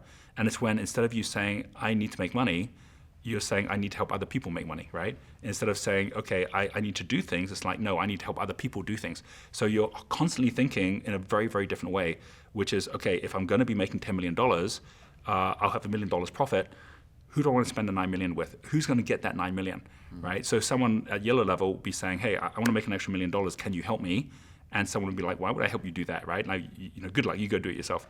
But if you're thinking, no, I've got $900,000 to give away, you'd be going to someone and saying, hey, I've got $900,000 I need to give to someone to help me with my marketing. Do you want to be that person? And they go, yes, I want to be that person. You attract all the right people in because you're thinking about giving instead of getting. This is the green level, which is we call the performer. Performer is like orchestra, where everyone's now playing an instrument. You can even get off at the break and the music can still go, right? So this is a very, very different energy, and high-performing teams, they're all at this performance level, green level, which you have to learn to realize you're not the one who knows it all. I still remember just on that green level a first conversation I had with Richard Branson. I went to Necker Island. I was on one of these group meetings that he runs with Virgin Unite, with entrepreneurs getting invited from around the world. I got invited to this I was in my early 40s at the time, super excited to go meet Richard Branson. I knew he was going to be at the dinner at night, and I got there in the morning, so I'm like, okay, I'm just going to chill out on Necker Island for the day. And I went down to the bar area at about lunchtime. And there's Richard Branson. He's just sitting there at the bar having like a drink, and I'm like, oh, hello there. And he goes, hi there, who are you? And so I introduced myself. I told him that I was in Bali and had come over to Necker. And he goes, oh, Bali, that's where the Green School is, isn't it? And I said, yeah, Green School is where my kids go to school. I'm the chairman of the board at the Green School. He says, it's like a charity, isn't it? Like, it's entrepreneurial because I've been there. It's great. But it is set up as a charity. I said, yeah, it is. And he goes, yeah, because like Virgin Unite is also set up as a charity, but I really think it should be more entrepreneurial. Like, what are the lessons you've learned of how you've done it, which we might be able to use? And so I'm like, well, this is what we learned. I'll start. And I realized within 5 minutes of meeting this billionaire, I'm giving him advice. And I'm like, how did this happen, right? And the reason it happens is because he does this with everybody. And this is what I call learned incompetence. He knows the answer to everything, or at least he's got answers. But he's so curious about other people's answers, he won't tell you he's got answers. He'll start by saying, I've got problems, or I've got questions. And so then that opens up other people to say, oh, I'll come in and fill up that vacuum if you don't know how to do that, or if you need help in that particular area. That's green level thinking. Yellow level always say, I know what to do, right? Green level always say, I don't know what to do, right? Can you help me? And nature hates a vacuum, so it'll always fill into that vacuum. So it's a totally different way of thinking. And a lot of people at yellow level are like, I don't want to be seen to be vulnerable where I don't know this. But in fact, there is a big difference between dependence, which is at the foundation level, independence, which is what you learn to get to the $1 million mark, but interdependence, that's the $10 million mark, it's a whole different skill set. Yeah. And most people don't unlearn what they need to unlearn to get that level. But if you can get there, then the green level allows you to finally get to the blue level, which is where you can go from the 10 million to 100 million. And blue level is the conductor. That's the person that doesn't even pick up the instruments, right? So a lot of investors, they are at that level. They think totally differently. They think about capital flow instead of customer flow. And if you have to earn the right to be up there. A lot of people say they want multiple streams of income. You can't get multiple streams of income without multiple teams of income. And so if you want to be a conductor, you need to have earned the right to attract the best performers. And so this is what we mean at blue level, and a lot of people get stuck in the same way they get stuck at the $1 million mark. They also get stuck at the $10 million mark. But once you actually say, okay, I've got to reset my own thinking of who I am, and as a conductor, I can't be picking up any instrument. So I've always got to be thinking, well, who's my CEO for this? Or who is the person now that's going to support me here? If you can do that well, that can then lift you up to the next final three, which is where you have what we call the alchemy prism. This is where now we have entrepreneurs changing the world. These are the people that aren't even on the stage, like the players, performers, conductors. These are the people that made the theater possible. So the trustee is now where you can get to the $1 billion mark. There's people like, Warren Buffett, Richard Branson that can make millions, even just for a lunch. People are willing to pay them because they now are seen as the spokesperson for a particular industry or a way of doing things. And their trust is so strong that it's their name itself which actually makes that difference. And then they've got to step up to be in that space, to be a spokesperson for the world. And from trustee, you then have the composer that are finding new ways to actually change the composition. We have things in the world today like hunger or like poverty or like inequality. These are all just broken compositions where we're all playing the music saying there's something wrong with this, it's off key. But if we can change that, it's not going to be politicians going to change it. It's going to be entrepreneurs that find smarter ways to create new cultures and new ways of doing things. And then the final one is legend. And legend is now ultraviolet, above violet level. And the legend is almost like on a map. It's the symbol of our time. So someone like Steve Jobs for sure is a legend. Someone like a Nelson Mandela is a legend. These are people who have actually continued with their message even though they're not with us. If you're a living legend, you're definitely going to need bodyguards because your life itself is at risk because people actually see their entire identity is fighting against whatever it is that you believe in, right? So there's a cost to every one of these levels. But I think one of the most important things is if you start seeing that each of us are going through this magical journey in life, entrepreneurship is one of the easiest ways today to see how much the world is valuing you and vice versa, and also the easiest way to see what level of consciousness you're at. But as the saying goes, you can never solve a problem at the same level of consciousness that created it. Einstein said that, and it's absolutely true. Most of us are stuck at a level without realizing if we got around people at the next level up, our problems already would be solved. So what's fascinating is how you're aligning energy centers, chakras, electromagnetic spectrum, light, and the dynamics of human experience or expression through entrepreneurism. That's a very unusual thought. So how did that occur to you, or what brought this together for you to create this particular model that serves entrepreneurs? I think, as always, when we realize all the secrets are hidden in plain sight, Leonardo da Vinci, he said that everything is connected. You simply need the eyes to see. When I was in Cambridge, when I was at Trinity, a very famous Trinity student, his name was Isaac Newton. And Isaac Newton, before he wrote the book Principia, which was the laws of physics we use today, he had a book called Optics. And he was really the first person to show that light could be pushed through a prism and turned into a rainbow, and then from the rainbow pushed back to light again. And so he was the one who actually, in optics, said there were 7 colors. Now, he obviously knew a lot about Eastern consciousness levels. He knew all about the chakras. So he deliberately chose that to be what was in light. Because, of course, a rainbow has infinite colors in it. But he said, right, there's 7. And, of course, that is the spectrum, where below red is infrared, above violet is ultraviolet. So it's like the entire vibrational center of who we are as humans.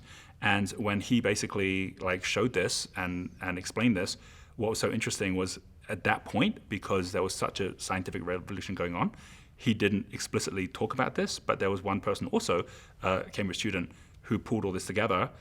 His name was Keynes, and Maynard Keynes was the founder of the World Bank and the IMF, International Monetary Fund, and the way that money flows today.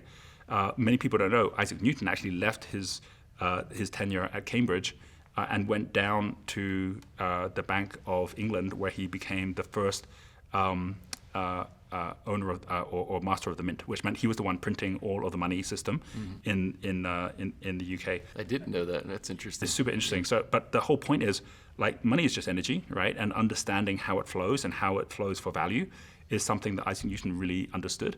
It's what John Maynard Keynes really understood as well.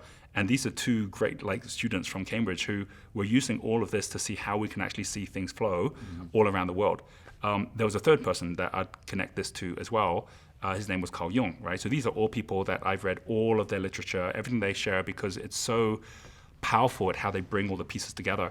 And Carl Jung, who his own thinking was around archetypes, and at the time when he was the understudy for Sigmund Freud, at that point, Sigmund Freud, there was no psychometric tests.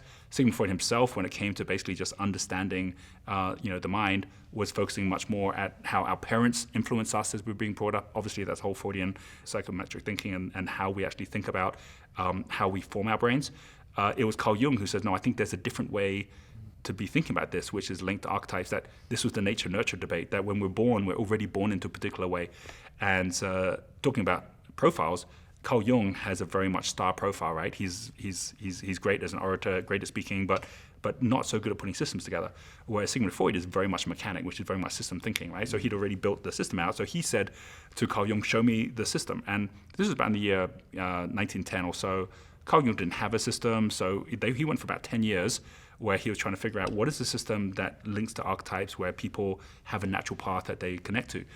It was in the year, I think it was like 2019 or so, that a German missionary from Germany who went out to China came back from China saying he'd gone out there to try and convert people to Christianity, but actually had ended up meeting these gurus that had something called the I Ching, brought them back, and he had actually, his name is Richard Wilhelm, and he basically did the first of the translations of the I Ching. I Ching is basically showing how we all have a particular sense of energies, how they link together, that we are going through our life trying to rediscover these energies. When he came back, he went to Carl Jung and said, would you take this and publish it in the West? Carl Jung said, what is this thing? And he goes, well, it's called the Book of Changes, that we're born from light into matter, that we go through our lives trying to figure our way back to that light again, and we are of these different energies that link together in these 5 different energies. And he looked at all of this and he goes, here's my system. And from that, he basically said, okay, I'm gonna call the wood energy intuitive thinking, and I'm gonna call the tempo energy sensory thinking, right? So these are your thinking dynamics. I'm gonna call introvert extrovert, like the metal and the fire. And he basically created what became the basis of psychometric testing in a book called Psychological Types, which came out in the year 1921. And that basically was after he'd published the I Ching. And that's where we now find things like this profiling, MBTI, all these different psychometric tests that many people have to do when they get a job. But the problem is none of it links to the 5th element. The 5th element that links all of it together is the spirit element, is what Carl Jung called collective unconscious. And he basically spent the rest of his life focusing at collective unconscious. At the death of Richard Wilhelm, it was Carl Jung who gave basically the final speech. And he said, this is something the Chinese understood, that when you tap into collective unconscious, it creates something called synchronicity. So that word synchronicity Carl Jung came up with, which is basically when you notice the universe creating this attraction for you. Mm-hmm. Now, when I work with any entrepreneur, I say, you know when you're getting closer to what you're meant to be doing, because the time it takes from you having a thought to the manifestation of that thought just gets shorter and shorter and shorter, right? This is something that Buckminster Fuller calls lag. Mm-hmm. He says the lag, if you're on your path, the lag time can be like that. Mm-hmm. You know, it's like, hey, I need someone to help me with my website. And suddenly I get an email from a friend saying, hey, I've got a friend who is a website designer looking for some work. Can you help out, right? And it's like how did this happen? We've all had those kind of spooky experiences, mm-hmm. but this is what's called synchronicity. And Buckminster Fuller says, if you're on your path, it's like being in the flow in the river. Everything gets attracted to you. You know, you drop a leaf in the river, it will go to the flow. But if you're going against the river, it could take years or never, and you still don't actually ever get what you want to get, right? So now some people might say, okay, I don't believe in that mystical side and so on. You don't need to. If you're playing a game of football, you can explain it very rationally. If someone's in their flow, if they keep on kicking the ball well, everyone's going to pass the ball to them anyway, right? So this is so much about realizing that once you actually say, okay, I'm going to make that my number one thing, getting into flow, following my ikigai, and then I'm going to get the rewards of that, either through my hard work or being at the right place, right time, or just from the universe actually just showing up with incredible validation that I'm doing the right thing as well. And I just see this happen again and again when the spark goes on with different entrepreneurs that then ignite their genius and find the real reward isn't their own genius. It's the fact that then ignites the genius in others as well. And that's where the real power of this comes together. So that's a long way of explaining that, again, this is not new, but it's something that all the greats have actually been looking to get focused at, to find out how we can now today be using much more wisdom from the past to live a much deeper life than the one that social media and the mainstream media seem to serve up to us today. You're someone who's gone from someone who's done this, breathtaking, integrated thinking, taking all these different things, kind of bringing them together and putting them into an actionable model. And being an entrepreneur yourself in many different industries. But now it's like, is this your climb up the lighthouse to say my real drive is to serve other entrepreneurs? Now that you have your venture is now in the service of other entrepreneurs as compared to retreat centers and other such things that you do. What's driving you in the creation of Genius Group, and what's going on right now for you? Well, it's actually very interesting because I feel like I'm almost in like a second lifetime, because when I was in my early 30s at that point, I had a personal goal, which was to have a resort on a paradise island, to be kind of like, living a life where I could be running my business from the beach. And that all happened by the time I was in my early 30s. I mean, it didn't all happen easily. We had a lot of scenic route pathways on the way and different companies that didn't work out and finding ways that did. But I ended up with a publishing company in Singapore, going out with my family to Bali. We did find a resort. We ended up, buying the resort and running programs from the resort as well. My kids, like I mentioned, ended up going to the green school. And then something happened when around about 2011, when the global financial crisis happened. I saw so many people that were struggling, and I saw what the green school was teaching, which was the fact that the new generation that's coming up, every kid has a chance to change the world. And seeing it actually happen with my kids and with other kids that were there when they were told, hey, it is possible for you to actually be a change maker, make a difference in the world. Like there's 2 daughters there that ended up basically creating bye-bye plastic, which actually convinced the government of Bali to ban plastic from Bali, right? And these were kids that were doing this. I saw, the likes of Al Gore and Jane Goodall and Richard Branson all come out and speak with the kids and inspire the kids, right? In fact, they can actually make a difference in the world as well. And I also saw resourcefulness being taught to the kids. So, for example, most people aren't aware that when their kids are learning, let's say, for example, art, they're already learning dependency, right? The teacher says, here's the paper, here's the paints, okay, let's paint something. Well, that's just taught the kid that unless the kid has paper and paints, they can't paint anything. Like, unless I have a job, I can't make money. It's the same thing. It's like someone's got to give me something in order for me to get started. So we all basically end up with this dependency on the state or on an employer or on something like that. In the green school, that's not what they did. They would start by saying, hey, okay, so you need paints, right? What can make purple? Aubergines can make, eggplants can make purple. Let's go out and see how we turn the eggplants into purple, right? And they create the paste and they make the paint. So they're making all their own paints. How do we make paper? Well, did you know you can take cow dung and turn the cow dung into paper? The kids went out and took the cow dung and turned it into paper. So suddenly you're learning resourcefulness as opposed to dependency. And that's the core to all entrepreneurship, right? Which is the fact that you can start with nothing and just make something happen. And we can all do it. We're not taught that at school. So I'm like, every child should be learning this, right? And not just every child, but anyone who wants to leave their job and start something new, they should be taught this as well. And so that's one thing that happened at the same time that I also was starting to take some trips out to Silicon Valley. I met up with one of my mentors today, Peter Diamandis, who set up the X Prize. He's the one who convinced Elon Musk to put $100 million towards a carbon X Prize. He's the one that inspired Burt Rutan with the first Ansari X Prize to, start the space race.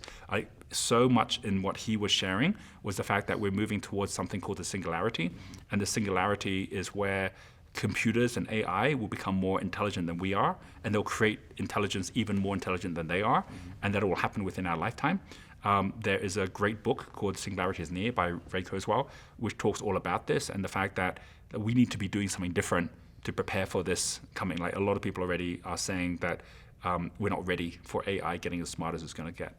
And that brought me right back to why I became an entrepreneur in the first place.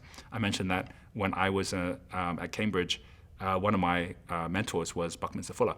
And Bucky basically was the one who created the geodesic dome. Everything he talked about was integrity and how even structures have integrity, which means that everything's doing what it's meant to do, and that we in our lives are meant to have integrity as well. So he was very philosophical about what he talked about, but he was also a futurist, which meant he would talk about where the world is going. And he had this concept called the final exam. He said the final exam is what we're in right now, and it basically is an examination of humanity itself. He said that all the world's problems can be solved by technology because all the world's problems are distribution problems. So for example, the fact we have poverty isn't because we don't have enough money. We've got plenty of money.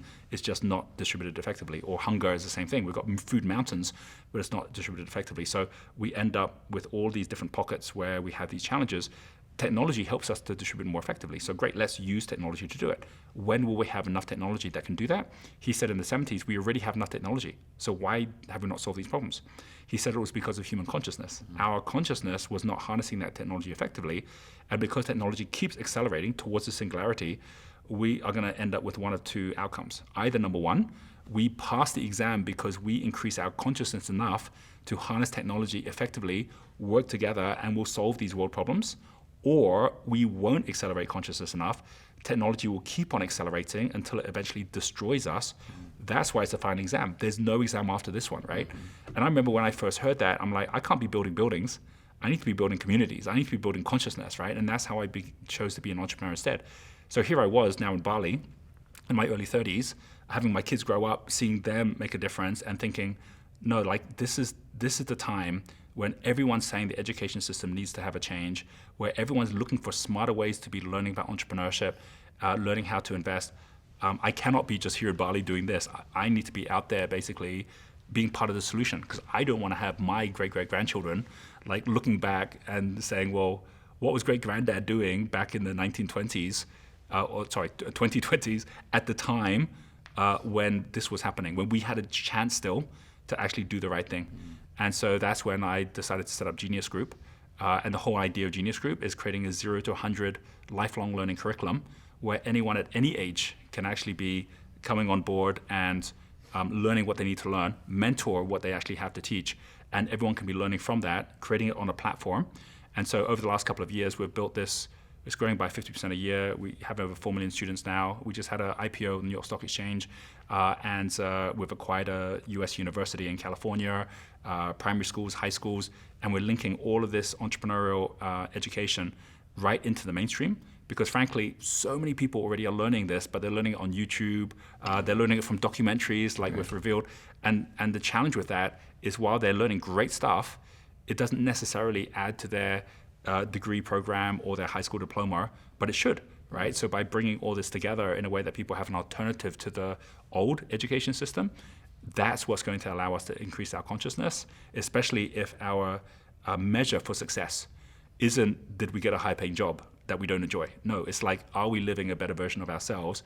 And are we doing this in a way that's challenging us to lift our own consciousness up to higher levels of thinking? So you equate successful entrepreneurial ventures with elevated or evolution of consciousness. These two things come together for you. Absolutely.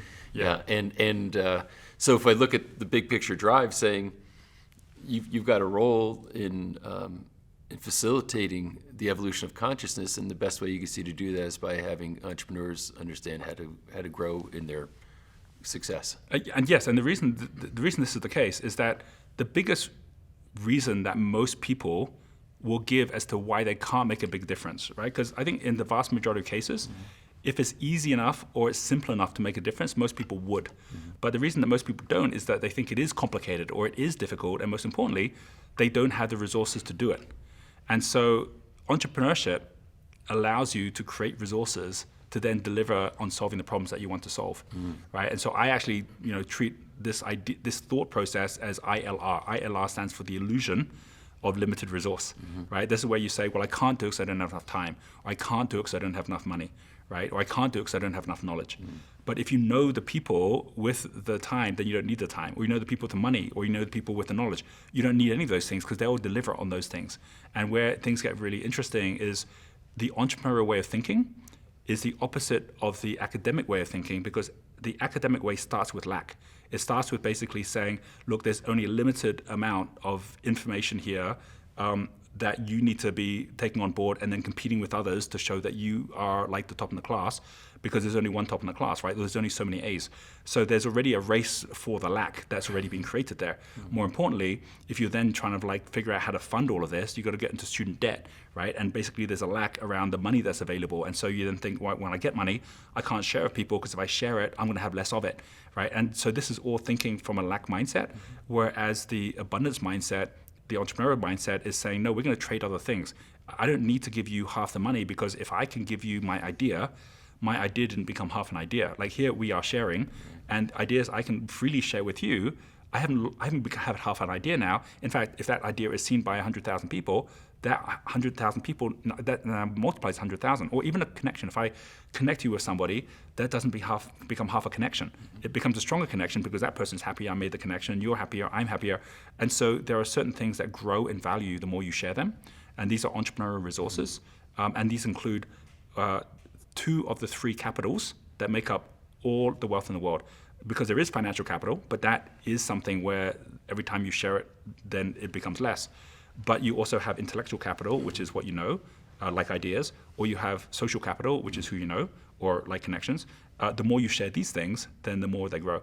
And why that's so powerful is then when people think, oh, so I can't give myself the excuse anymore that there's a limit in resources. I just need to be more resourceful. And if I am thinking entrepreneurially, I can find there's always a way that I can work with others to create a bigger pie, or frankly, even have the bakery where I can just keep making new pies.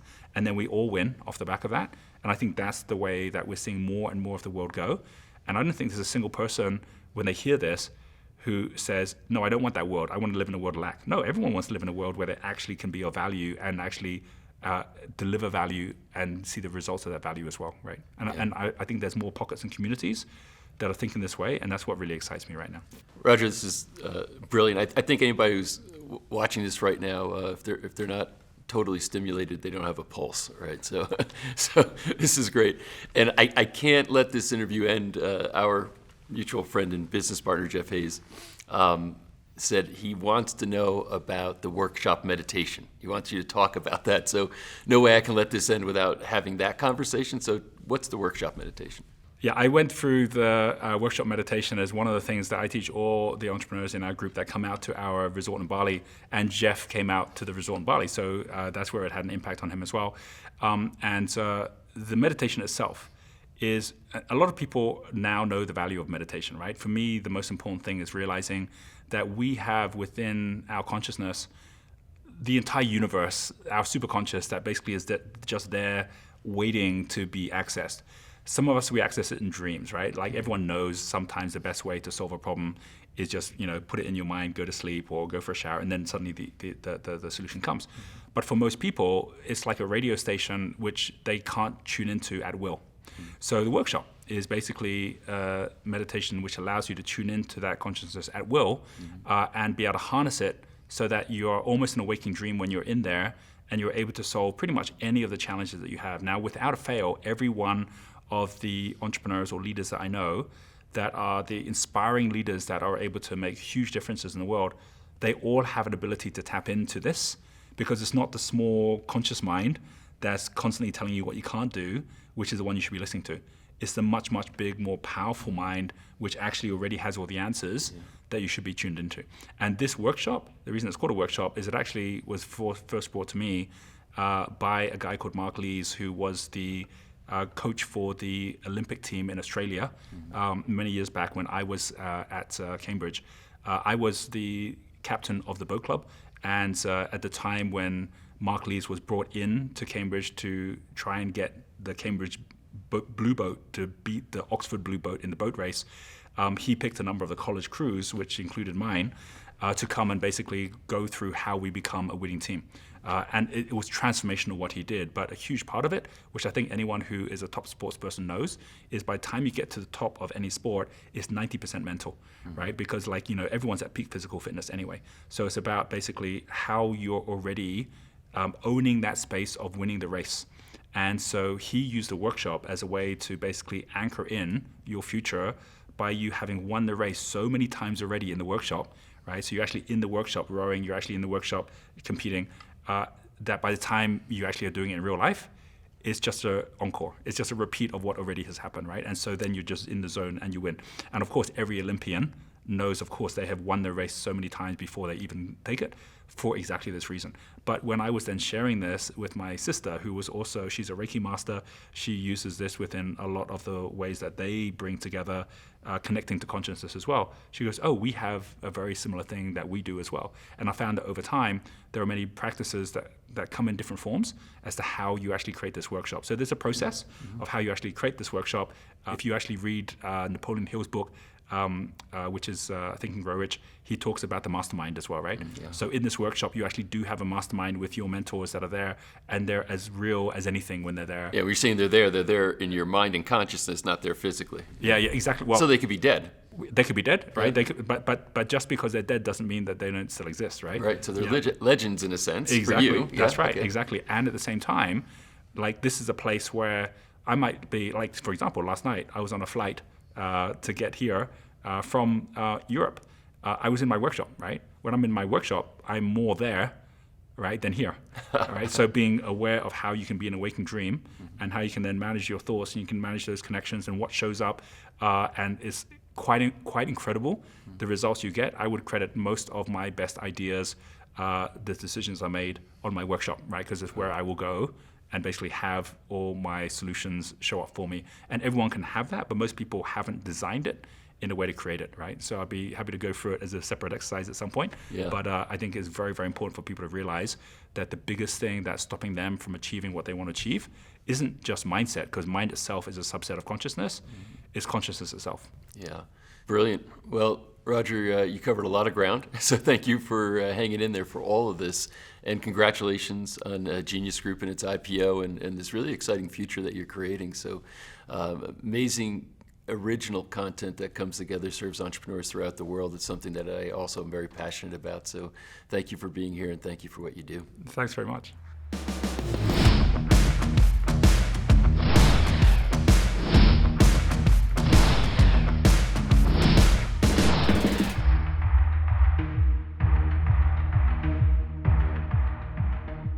Well, that completes episode 3, so we're a third of the way through the process. That's only 1/3, meaning 2/3 to go. As you can see, there's enough information already just in what we covered to have massive impact, and I'm excited about that. That's what we want to deliver to you. But there's a lot more to come, so make sure you show up in episode 4, and I'll see you there. So there came a moment when I thought, wait a minute, helping companies with marketing and sales to accelerate revenues, and if you were a venture capitalist, you could make some money. I asked one of the professors to give me really the true personality of an entrepreneur and why. They went to the prison. I said, why? And they said, all those guys in there were entrepreneurs. They were insightful about markets and products and solutions. They just happened to be on the wrong side of the law. He said, entrepreneurs are always juvenile delinquents at heart. You need to know the market first and then figure out, do I even have something for this market? You know, it's in the word. Marketing is about the market. It's not about having the greatest product ever. If you only have one thing to study, I would tell people, study markets. You would never use a manipulative sales technique on somebody. Why would you need to? If you knew what they were about and what they needed, and you knew you had the right solution to them, the need to manipulate is gone. And all you can do if you bring in manipulation is mess up the sale. I think too many people set outcome goals and not enough action goals. So it's taken the time to balance the two. When I went through that initial process and have consecutively gone through that process of achieving a goal and it really feeling pretty meaningless, it becomes more about that process in the first place. So it's trying to now disattach the outcome with the action and just do the action for the sake of the action, right? Do it because it feels good. Do it because it's expressing some level of creativity or hard work or whatever values you really hold highly.